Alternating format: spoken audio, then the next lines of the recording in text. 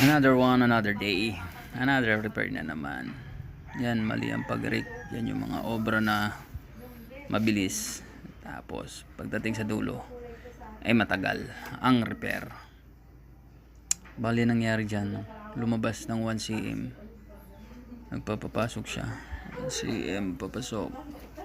Yan yung pinakabiga nung overhead nung pinto.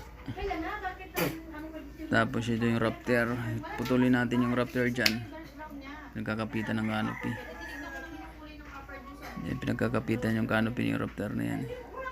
Tapos yung column na yan, papasok natin yan. 1 cm papasok kasi ang standard 0.5. Pasok yung tolerance na 0.5 kaso 1 cm hindi na na-aprobahan.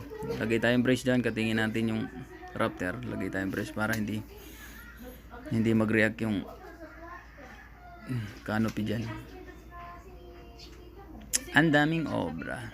Another challenge, another day. See you guys. Thank you for watching. Babush.